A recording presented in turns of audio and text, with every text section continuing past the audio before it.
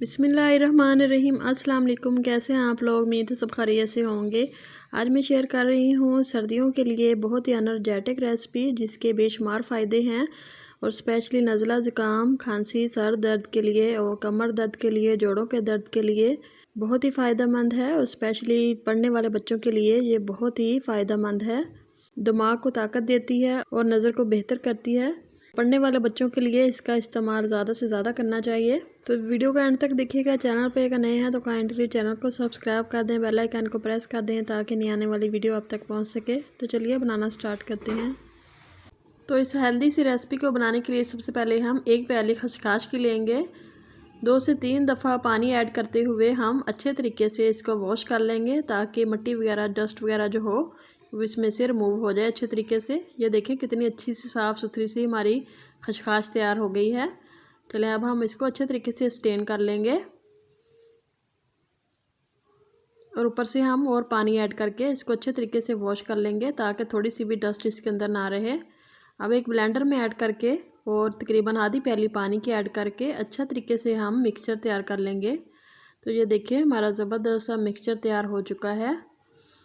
अब हम 100 ग्राम गुड़ लेंगे और इसमें आधी प्याली पानी की ऐड करेंगे और फ्लेम ऑन करके हम इसको अच्छे तरीके से पका लेंगे जब तक कि गुड़ अच्छे तरीके से मेल्ट ना हो जाए। इस दौरान फ्लेम को हमने मीडियम टू स्लो रखना है ताकि गुड़ अच्छे तरीके से मेल्ट हो जाए।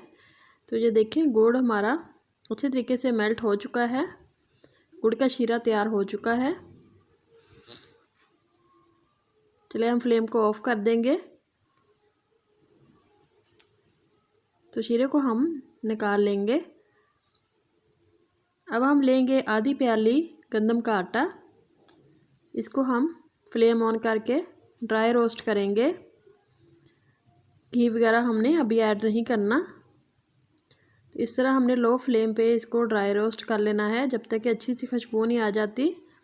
तो ये देखें आटा हमारा ज़बरदस्त सा रोस्ट हो चुका है। चलिए अब हम आटे को निकाल लेंगे।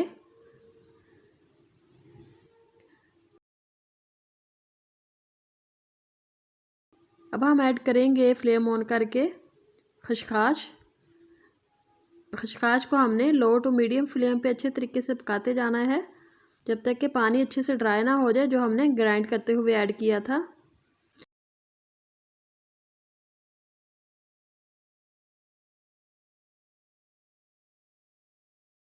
अब हम ऐड करेंगे तकरीबन 2 टेबलस्पून घी के।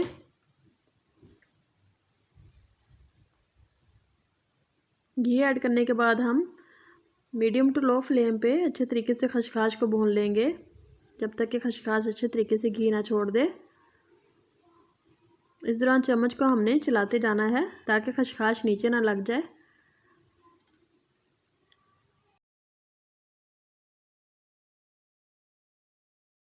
तो ये देखें खसखस हमारी अच्छे तरीके से भून चुकी है, अच्छे से घी छोड़ दिया है खसखस ने।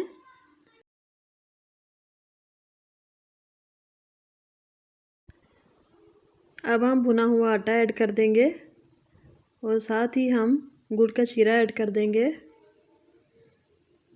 और मीडियम टू लो फ्लेम पे अच्छे तरीके से हम पका लेंगे जब तक कि हलवा जो है वो अच्छे तरीके से घी नहीं छोड़ देता। तो ये देखें हलवे ने अच्छे तरीके से घी छोड़ दिया है। अब हम ऐड करेंगे थोड़े से ड्राई फ्रूट और हलवे को थोड़ा सा और भून लेंगे क्योंकि हमने लड्डू बनाने हैं इसलिए थोड़ी सी भी नमी नहीं होनी चाहिए।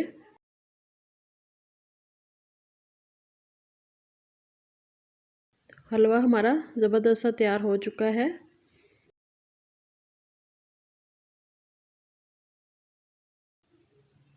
चलिए अब हम इसको निकाल लेंगे और थोड़ा सा ठंडा कर लेंगे ताकि लड्डू आसानी से बन जाए।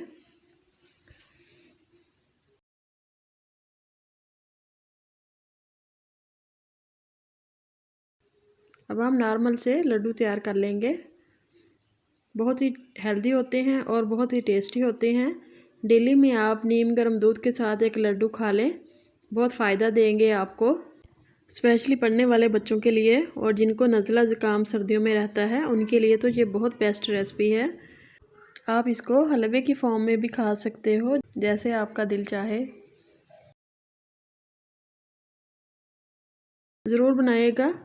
वीडियो अच्छी लगे तो लाइक और शेयर ज़रूर कीजिएगा। तो मिलते हैं एक नई ज़बरदस्त सी वीडियो के साथ। तब तक के लिए अल्लाह हाफिज़।